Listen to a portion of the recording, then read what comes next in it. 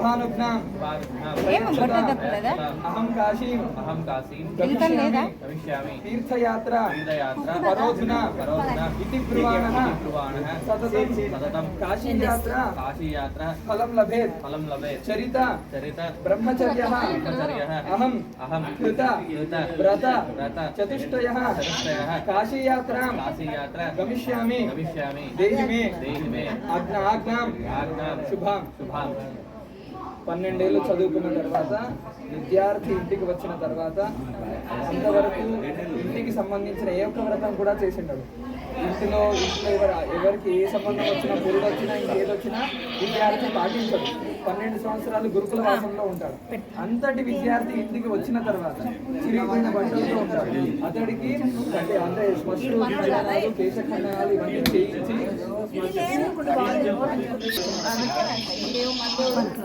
చేస్తాం. సమావర్తనం అంటే మనిషిని పునరావర్తనం చేయడం. అంటే బ్రహ్మచారి అవస్థ నుండి గృహస్థ ధర్మానికి వెళ్లే మధ్యలో అతన్ని పెళ్లి కొడుకుగా చేయడం అనే పద్ధతి ఏదైతే ఉందో దీన్ని సమావర్తనం అంటారు. ఈ సమావర్తనం చేసేటప్పుడు నిజమైన పెళ్లి అంటే ఏంటి అనేది తెలుసుకోవాలి. పెళ్లి నిజంగా అవసరమా లేదా అనేది కూడా తెలుసుకోవాలి. పెళ్లి చేసుకుంటే తర్వాత భార్యని పోషించాలి, పిల్లల్ని పోషించాలి. ఈ జన్మకే వాళ్ళు మనకి భార్యలు, ఈ జన్మకే వాళ్ళు మనకి పిల్లలు, వచ్చే జన్మకి వాళ్ళు మనకి పిల్లలు అవుతారో లేదో తెలియదు, వచ్చే జన్మకి మళ్ళీ మనం మనుషుల్లాగా పుడతామో కూడా తెలియదు. అటువంటి నశ్వరమైన భార్య పిల్లల్లో ఒక మోహాన్ని కల్పించుకొని నిజంగా పెళ్లి చేసుకోవడం అవసరమా అనే ఒక పద్ధతిని అనే ఒక ప్రశ్నను గురువు దగ్గర శిష్యుడు పెట్టినప్పుడు గురువు అప్పుడు చెప్పే పద్ధతి ఏంటిదంటే ఇదంతా నశ్వరమైనటువంటి సంసారం, ఈ సంసార మార్గాన్ని వదిలేసాయి, వెళ్ళి కాశీయాత్రకు వెళ్ళు, నువ్వు అధ్యయనం చేసిన దాన్ని పరితపించు, సర్వోత్తముడైనటువంటి ఆ భగవంతుడి పాదాన్ని ఆశ్రయించడానికి ఉత్తమమైనటువంటి మార్గం ఏదన్నా ఉంది అంటే ఇది సన్యాస మార్గం. ఇదంతా మన అమ్మ నాన్న చెల్లి తమ్ముడు అక్క అమ్మ ఎవ్వరు మనతోకి రారు. వెళ్ళేటప్పుడు మనం మాత్రమే వెళ్తాం. ఈ జన్మకే అక్క ఈ జన్మకే అన్న, ఇంకెవరు మనకు రారు. కాబట్టి వీళ్ళంతా నశ్వరమైన బంధాలన్నీ కూడా తెంచేసుకొని అంతటి కాశీయాత్రకు వెళ్ళి, కాశీయాత్ర ఎందుకు వెళ్తారు అంటే కాశీ స్థలం అది శ్మశానం, కాశీ మహాశ్మశానంగా పరిగణిస్తాం. అంతటి శ్మశానానికి వెళ్తే వైరాగ్యం అనేది కలుగుతుంది. జీవితంలో ఇతర పదార్థాలపైన మోహం ఉండదు, అన్ని బంధాలు కూడా తెంచేసుకోవచ్చు. కాబట్టి అంతటి కాశీయాత్రకు వెళ్ళి నీవు చేసిన సాధనని తీసుకొని వెళ్ళు అని గురువు ఆజ్ఞతో నువ్వు కాశీయాత్రకు బయలుదేరాలి. కాశీయాత్రకు వెళ్ళేటప్పుడు ప్రతి ఒక్కరూ ఆయనని పెళ్లి కొడుకుగా చేసి పంపించేశారు, అలంకరణ చేసి పంపారు. కాబట్టి మేనమామ గారు కావచ్చు, ఇంకా అత్త వరుస ఎవరెవరు ఉన్నారో అతనికి ఆభరణాలు అవన్నీ కూడా వేసేసి అతన్ని కాశీయాత్రకు పంపించండి.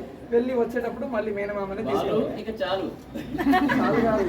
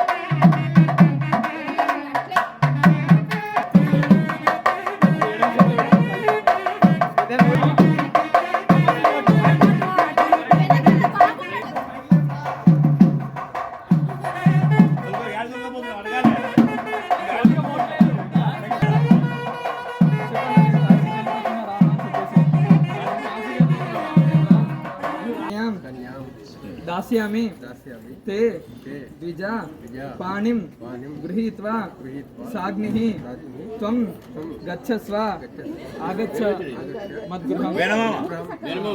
ప్రస్తుతంగా అంటే పిల్లనిచ్చే మామగారి స్థానంలో ఉన్నటువంటి మామగారు చెప్తున్న మాట ఏంటంటే, కాశీయాత్రకు వెళ్ళు, నువ్వు చదువుకున్న విద్యావంతుడవి, భగవంతుడిని చెందాలి అంటే ఫోన్ బంద్ చేయాలి అలా అక్కడ భగవంతుడిని చెందాలి అంటే కేవలం సన్యాసం ఒకటే మార్గం కాదు, గృహస్థ ధర్మంలో ఉండి కూడా మిగతా వాటికి ఎక్కువ మోహాన్ని మిగతా వాటి మీద ఎక్కువ మోహించకుండా ఈ పదార్థాలని అంటే సరైనటువంటి గృహస్థ ధర్మాన్ని పరిపాలించి కూడా మనం మోక్షానికి వెళ్ళగలుగుతాం.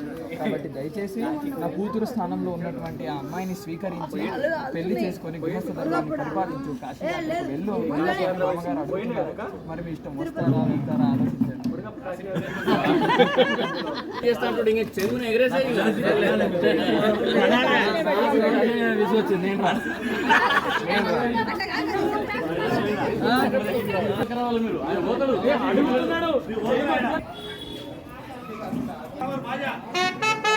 వస్తున్నందుకు సంతోషపడుతుంది.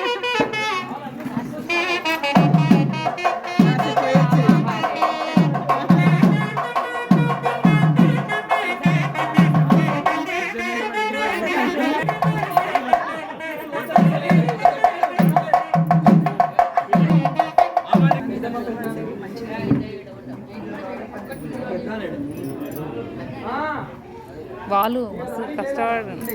మమ పుత్ర వివాహ అంగత్వేన మంటప దేవత ప్రతిష్ట ఆపన ఆఖ్యం కర్మ కరిష్యే. రీసెంట్